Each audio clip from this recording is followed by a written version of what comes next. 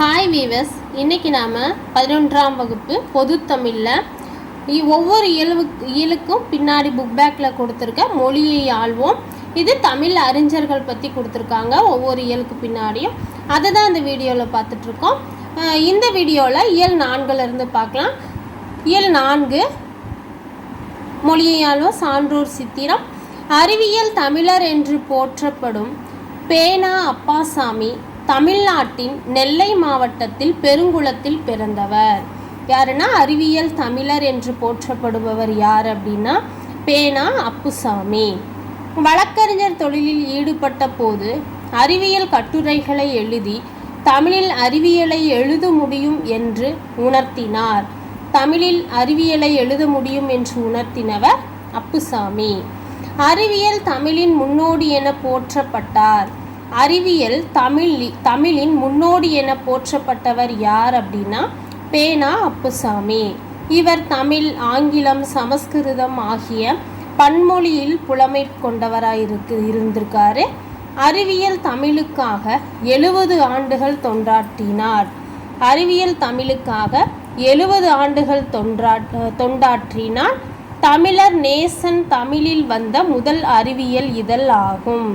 தமிழில் வந்த முதல் அறிவியல் இதழ் என்ன அப்படின்னா தமிழர் நேசன். அதில் குறிப்பிடத்தகுந்த பல கட்டுரைகளை எழுதினார். அந்த இதழில் பல கட்டுரைகளை எழுதியிருக்கிறார். குறிப்பிடத்தக்க பல கட்டுரைகளை எழுதியவர் அப்புசாமி அவர்கள். கலைமகள், பாரதமணி, அமுதசுரபி, பிரசண்ட விகடன், சுதேசிமித்திரன் போன்ற பல இதழ்களில் தொடர்ந்து அறிவியல் கட்டுரைகளை எழுதியுள்ளார். அறிவியல் கட்டுரைகள் அப்படின்னாவே நமக்கு ஞாபகம் வந்துடணும் பேனா அப்புசாமின்னு. அப்படி ஒரு ஞாபகம் வச்சுக்கோங்க. அறிவியல் கட்டுரை முதல் எழுத்து ஆ, அப்புசாமி அவருடைய பேரும் முதல் எழுத்து ஆ, அந்த மாதிரி ஞாபகம் வச்சுக்கோங்க. போன்ற பல இதழ்களில் தொடர்ந்து அறிவியல் கட்டுரைகளை எழுதியுள்ளார். பொங்கியலு கேணி, துந்துகள் கொள்கை, அறிவுக்குறி எண் போன்ற நல்ல தமிழ் தொடர்கள் அவர் உருவாக்கியவை தான். மின்சாரம் வானக்காட்சி தொடர்கள் அவர் உருவாக்கியவை. மின்சாரம், வானக்காட்சி, இன்றைய விஞ்ஞானமும் நீங்களும், அணுசக்தியின் எதிர்காலம், ராக்கெட்டும் துணைக்கோள்களும் உள்ளிட்ட பல நூல்கள் அவர் இயற்றியவை. பேனா அப்புசாமி இயற்றிய நூல்கள் என்னென்ன அப்படின்னா மின்சாரம், வானக்காட்சி, இன்றைய விஞ்ஞானமும் நீங்களும், அணுசக்தியின் எதிர்காலம், ராக்கெட்டும் துணைக்கோளும் உள்ளிட்ட பல நூல்களை இயற்றியிருக்காரு பேனா அப்புசாமி. அவருடைய காலம் டேட்டோட கொடுத்துருக்காங்க. 31/12/1891 பிறந்த வருஷம். 16/5/1986 மறைஞ்சிருக்காரு. இதுதான் அவருடைய கால ஆண்டுகள். பேனா அப்புசாமி பேனா என்ற புனைப்பெயரில் பல நூல்களை எழுதியுள்ளதோடு 25 அறிவியல் நூல்களையும் தமிழில் மொழிபெயர்த்துள்ளார். பேனா என்ற புனைப்பெயரில் பல நூல்களை எழுதியுள்ளவர் யார் அப்படின்னா பேனா அப்புசாமி. 25 அறிவியல் நூல்களையும் தமிழில் மொழிபெயர்த்தவர் பேனா அப்புசாமி அவர்கள். மேலும் பாரதியார் கவிதைகள், சங்க பாடல்கள் ஆகியவற்றை ஆங்கிலத்தில் மொழிபெயர்த்திருக்கிறார். பாரதியார் கவிதைகளையும் சங்க பாடல்கள் ஆகியவற்றையும் ஆங்கிலத்தில் மொழிபெயர்த்திருக்கிறார். இசையில் ஆர்வம் கொண்டிருந்த இவர் பல இசை விமர்சன கட்டுரைகளையும் எழுதியுள்ளார். மர்ரே நிறுவன அதிபரான எஸ். ராஜம் பல தமிழ் இலக்கியங்களை தொகுப்பாக கொண்டு வந்தபோது அதை செம்மையாக வெளிவர உறுதுணையாக இருந்திருக்காரு அப்புசாமி அவர்கள். இவருடைய பணிகளை பாராட்டி மதுரை பல்கலைக்கழகம் தமிழ் பேரவை செம்மல் என்ற பட்டத்தை வழங்கியது. யாருக்கு மதுரை பல்கலைக்கழகம் தமிழ் பேரவை செம்மல் என்ற பட்டத்தை வழங்கியது அப்படின்னா பேனா அப்புசாமி அவர்களுக்கு வழங்கியிருக்கு. தமது இறுதி மூச்சு அடங்கும் அன்று கூட இறக்குற அன்னைக்கு கூட அவர் இதழொன்று எழுதி அனுப்பிவிட்டு தான் மறைந்தார்னு சொல்லியிருக்காங்க. இது நல்லா பார்த்துக்கோங்க. நெக்ஸ்ட் இயல் 8 புக் பேக்கில் இருக்க மொழியை ஆள்வோம். சான்றோர் சித்திரம். தமிழ் மொழியில் மறந்தும் மறைந்ததுமான சிறந்த செய்திகள் அளவு கடந்து உள்ளன. இதில் மயிலை சீனி வெங்கடசாமி அவர்களை பற்றி கொடுத்துருக்காங்க. அவருடைய காலம் 1900 முதல் 1980 வரை. தமிழ் மொழியில் மறந்தும் மறைந்ததுமான சிறந்த செய்திகள் அளவு கடந்து உள்ளன. அவற்றை வெளிக்கொணர்ந்து வீரிய உணர்வுடன் வெளியிட்டவர் யாருன்னா அறிஞர் மயிலை சீனி வெங்கடசாமி ஆவார். அவர் எழுதிய கட்டுரைகள் அனைத்தும் புதிய புதிய செய்திகளை புலப்படுத்திய விந்தை படைப்புகளாக இருந்திருக்கு. ராமேஸ்வர தீவு, உறையூர், அழிந்த வரலாறு, மறைந்து போன மருங்காப்பட்டினம் போன்ற தனித்தன்மை கொண்ட அவர் தம் கட்டுரைகள் வரலாற்றில் புதிய வெளிச்சம் பாய்ச்சின. கொங்கு நாட்டு வரலாறு, துளுவ நாட்டு வரலாறு, சேரன் செங்குட்டுவன், மகேந்திரவர்மன், நரசிம்மவர்மன், 3ஆம் நரசிம்மவர்மன் முதலிய நூல்கள் அவர் நமக்கு வழங்கியுள்ள வரலாற்று செல்வங்கள். இவர் மயிலை சீனி வெங்கடசாமி அவர்கள் எழுதிய நூல்கள் எது அப்படின்னா கொங்கு நாட்டு வரலாறு, துளுவ நாட்டு வரலாறு, சேரன் செங்குட்டுவன், மகேந்திரவர்மன், நரசிம்மவர்மன், 3ஆம் நந்திவர்மன் ஆகிய வரலாற்று நூல்களையும் மயிலை சீனி வெங்கடசாமி அவர்கள் எழுதிய நூல்கள். அவருடைய களப்பிரர் கால தமிழகம் என்னும் ஆய்வு நூல், களப்பிரர் கால தமிழகம் என்னும் ஆய்வு நூலை எழுதியவர் மயிலை சீனி வெங்கடசாமி ஆவார். இருண்ட காலம் என்று ஆய்வாளர்களால் வர்ணிக்கப்பட்ட களப்பிரர் காலத்திற்கு ஒளியூட்டி வரலாற்று தடத்தை செப்பனிட்டது. அடுத்தது, நகராட்சி பள்ளி ஆசிரியராக நெடுங்காலம் பணியாற்றிய அவர் வரலாற்று பள்ளி ஆசிரியராக நெடுங்காலம் பணியாற்றிய அவர் தன்னுணர்வால் உறுதியான உழைப்பால் தமிழ் பற்றால் பல்கலைக்கழக பேராசிரியர்களும் மதித்து போற்றும் பணியை செய்தார். ஆங்கிலம், மலையாளம், கன்னடம் ஆகிய மொழிகளை கற்று தேர்ந்தவர் மயிலை சீனி வெங்கடசாமி அவர்கள். சிறந்த வரலாற்று ஆசிரியர், நடுநிலை பிறழாத ஆய்வாளர், மொழியியல் அறிஞர், இலக்கிய திறனாய்வாளர் என்றெல்லாம் போற்றப்படும் பன்முக சிறப்பு கொண்டவர் வெங்கடசாமி அவர்கள். அவருக்கு மதுரை பல்கலைக்கழகம் 1980ஆம் ஆண்டு தமிழ் பேரவை செம்மல் என்னும் பட்டமளித்து பாராட்டியது. 1980ஆம் ஆண்டு மதுரை பல்கலைக்கழகம் யாருக்கு தமிழ் பேரவை செம்மல் என்னும் பட்டமளித்து பாராட்டியது அப்படின்னா மயிலை சீனி வெங்கடசாமி அவர்களுக்கு. அப்புறமா கிறிஸ்துவமும் தமிழும், சமணமும் தமிழும், பௌத்தமும் தமிழும், மறைந்து போன தமிழ் நூல்கள் போன்ற பல நூல்களால் தமிழ் ஆய்வு வரலாற்றில் மயிலை சீனி வெங்கடசாமி அழியாத சிறப்பிடம் பெற்றுள்ளார். நெக்ஸ்ட் இயல் 9க்கு வந்துட்டோம். இதில் மொழியில் ஆள்வோம் ராமலிங்க அடிகளை பற்றி கொடுத்துருக்காங்க. இது ரொம்ப இம்பார்ட்டன்ட். இது பார்க்கலாம். சான்றோர் சித்திரம். வாடிய பயிரை கண்ட போதெல்லாம் வாடினேன் என்னும் வலுவான ஒற்றை வரி நம்முள் அழுத்தமாக பதிகிறது. இது திகட்டாத தெல்லுத்தமிழ் திருவருட்பா தந்த வள்ளலாரின் கூற்று. இதெல்லாம் ஆல்ரெடி நம்ம படிச்சிருப்போம். இது நல்லா ரிவிஷனாக இருக்கும். இதில் ஒரு சில பாயிண்ட்ஸ்லாம் முக்கியமாக இருக்குது, அதை நம்ம பார்த்துக்கலாம். சிலபஸில் இருக்கிறது தான் இந்த டாப்பிக்கு. நல்லா பாருங்கள். வாடிய பயிரை கண்ட போதெல்லாம் வாடினேன்னு சொன்னவர் வள்ளலார், அது நமக்கு தெரியும். அது ரிவிஷன் பார்த்துக்கலாம். அவர் அமைதி அன்பு வழியிலான சமூகத்தை உருவாக்க விரும்பினார். வள்ளலார் அமைதி அன்பு வழியிலான சமூகத்தை உருவாக்க விரும்பினார். கடவுள் என்பது ஒன்றே அப்படின்னு சொன்னவர். சாதி மத இன பால் வேறுபாடுகள் கடந்து அருட்பெருஞ்சோதி ஒன்றே இறைவன் என்பதை வலியுறுத்தினார். யார்னா ராமலிங்க அடிகள். தனது 7 வயதிலேயே கவி பாடும் வல்லமை பெற்று தெய்வமணி மாலை, கந்தர் சரவணப்பத்து ஆகிய நூல்களை உருவாக்கியவர் வள்ளலார். வள்ளலார்னு சொல்கிறவர் ராமலிங்க அடிகள், அது தெரியும் நமக்கு.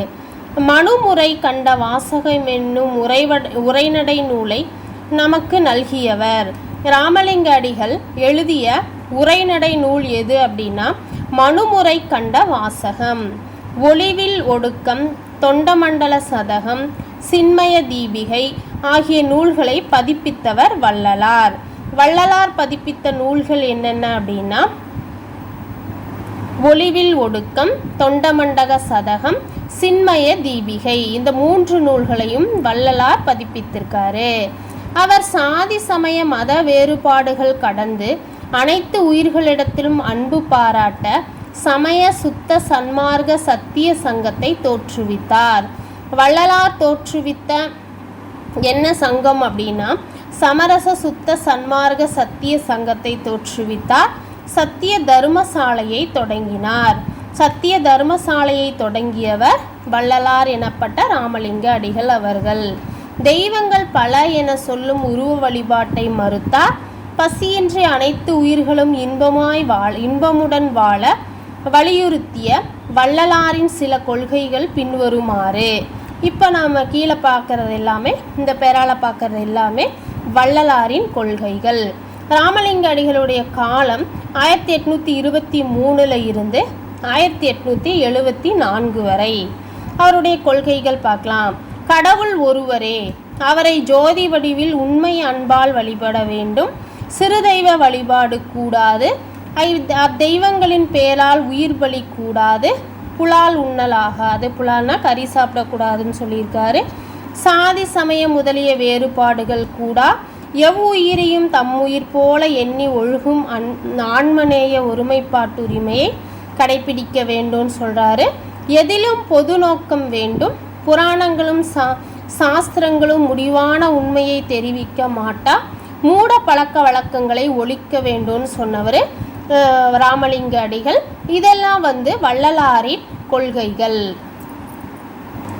அப்புறம் viewers last year 11th standard பொது தமிழில் லாஸ்ட் இயர் 10 அதில் மொழியை ஆள்வோம் சான்றோர் சித்திரமில் திருவி கல்யாண சுந்தரம் பற்றி கொடுத்துருக்காங்க. அவருடைய காலம் 1883 1953 வரை, 83 53 வரை. இது 1883, அது 1953. இது நல்லா ஞாபகம் வச்சுக்கோங்க. பார்க்கலாம். சான்றோர் சித்திரம். பொறுமையை பூணுங்கள், பொறுமையின் ஆற்றலை உணருங்கள், உணர்ந்து உலகை நோக்குங்கள், நமது நாட்டை நோக்குங்கள், நமது நாடு நாடாயிருக்கிறதா, தாய்முகம் நோக்குங்கள், அவள் முகத்தில் அழகு காணோம், அவள் இதயம் துடிக்கிறது, சாதி வேற்றுமை, தீண்டாமை, பெண்ணடிமை, உட்பகை முதலிய நோய்கள் அவளை அரிக்கிறது, எரிக்கின்றது. இந்நோய்களால் குருதியோட்டம் குன்றி சவளையுற்று கிடக்கிறாள். கவலையுற்று கிடக்கிறாள். இள ஞாயிறொளி நோக்கி நிற்கிறாள். இள ஞாயிறுகளே, உங்கள் தொண்டெனும் ஒளியே அவள் நோய்க்குரிய மருந்து. அவ்வொளி வீசி எழுங்கள் எழுங்கள் என்று இளமையிலிருந்து நூலில் தமிழினை கட்டுக்குள் அடக்காமல் செழுமையுறச் செய்ய இளைஞர்களை அழைத்தவர் யாரு அப்படின்னா திருவிகா தான். திருவி கல்யாண சுந்தரனார் தான் இளைஞர்களை நோக்கி இப்படி சொல்கிறாரு. இந்த கூற்று மறுபடியும் படிக்கிறேன், இது இம்பார்ட்டன்ட். இள ஞாயிறொளி நோக்கி நிற்கிறாள். இள ஞாயிறுகளே, உங்கள் தொண்டெனும் ஒளியே அவள் நோய்க்குரிய மருந்து. அவ்வொளி வீசி எழுங்கள் எழுங்கள் என்று இளமையிலிருந்து நூலில் தமிழினை கட்டுக்குள் அடக்காமல் செழுமையுறச் செய்ய இளைஞர்களை அழைத்தவர் யாரு அப்படின்னா திருவிகா. திருவிகா தம் தந்தையிடம் தொடக்கத்தில் கல்வி பயின்றார். ஃபர்ஸ்ட் அவங்க அப்பா கிட்ட படிச்சிருக்காரு. அப்புறம் வெஸ்லி பள்ளியில் படித்த போது கதிர்வேல் என்பவரிடம் தமிழ் படித்தார். திருவிகா யாரிடம் தமிழ் படித்தார் அப்படின்னா கதிர்வேல் என்பவரிடம் படித்தார். பிறகு மயிலை தணிகாச்சலம் என்பவரிடம் தமிழோடு சைவ நூல்களை பயின்றார். தமிழோடு சைவ நூல்களை யாரிடம் பயின்றார் திருவிகா அப்படின்னா மயிலை தணிகாச்சலம். தமிழ் தென்றல் என்று அழைக்கப்படும் திருவிகா தமிழ் தென்றல் என்று அழைக்கப்படுபவர் திருவிகா தான். திருவிகா பெண்ணின் பெருமை, முருகன் அல்லது அழகு, மனித வாழ்க்கையும் காந்தியடிகளும், என் கடமை பணி செய்து கிடப்பதே, சைவத்திறவு, இந்தியாவும் விடுதலையும், பொதுமை வேட்டல், திருக்குறள் விரிவுரை முதலிய நூல்களை எழுதினார். திருவிகா எழுதின நூல்கள் என்னென்ன அப்படின்னா பெண்ணின் பெருமை, முருகன் அல்லது அழகு, மனித வாழ்க்கையும் காந்தியடிகளும், என் கடன் பணி செய்து கிடப்பதே, சைவத்திரவு, இந்தியாவும் விடுதலையும், பொதுமை வேட்டல், திருக்குறள் விரிவுரை, இந்த நூல்கள் எல்லாம் திருவிக அவர்கள் எழுதிய நூல்கள்.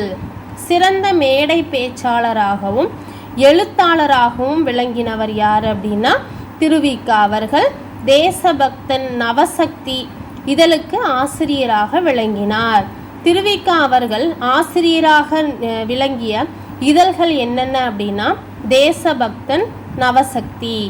தமிழ் கவிஞர்களில் அரசியல் இயக்கங்களில் அதிகமான ஈடுபாடு கொண்டிருந்தார். தொழிற்சங்கத்தை தோற்றுவித்து தொழிலாளர்களிடம் உரிமைக்கும் முன்னேற்றத்திற்கும் பாடுபட்டவர் யாருன்னா திருவிக அவர்கள். சென்னை ராயப்பேட்டை வெஸ்லி கல்லூரியில் தலைமை தமிழாசிரியராக இருந்தவர் யாருன்னா திருவிக அவர்கள். இலக்கிய பயிற்சியும் இசை பயிற்சியும் பெற்றவர். இலக்கிய பயிற்சியும் இசை பயிற்சியும் பெற்றவர் யார் அப்படின்னா திருவிக அவர்கள். அவருடைய காலம் 1883 1953. வீவர்ஸ், இந்த இயலோட 11th புக்கில் இருக்க பொதுத்தமிழில் இருக்கிற 10 இயல்லையும் புக் பேக்கில் இருக்க மொழியை ஆள்வோம் பார்த்துட்டோம். இதுக்கு முன்னாடி இருக்கிற வீடியோங்களெல்லாம் பாருங்கள். பார்த்துட்டு வந்து இதையும் பாருங்கள், பிரயோஜனமாக இருக்கும்னு நினைக்கிறேன். இந்த வீடியோ உங்களுக்கு பிடிச்சிருந்தால் மறக்காமல் சப்ஸ்கிரைப் பண்ணுங்கள். உங்கள் விருப்பங்களை கமெண்ட் பாக்ஸில் தெரிவிங்க. நன்றி, வணக்கம்.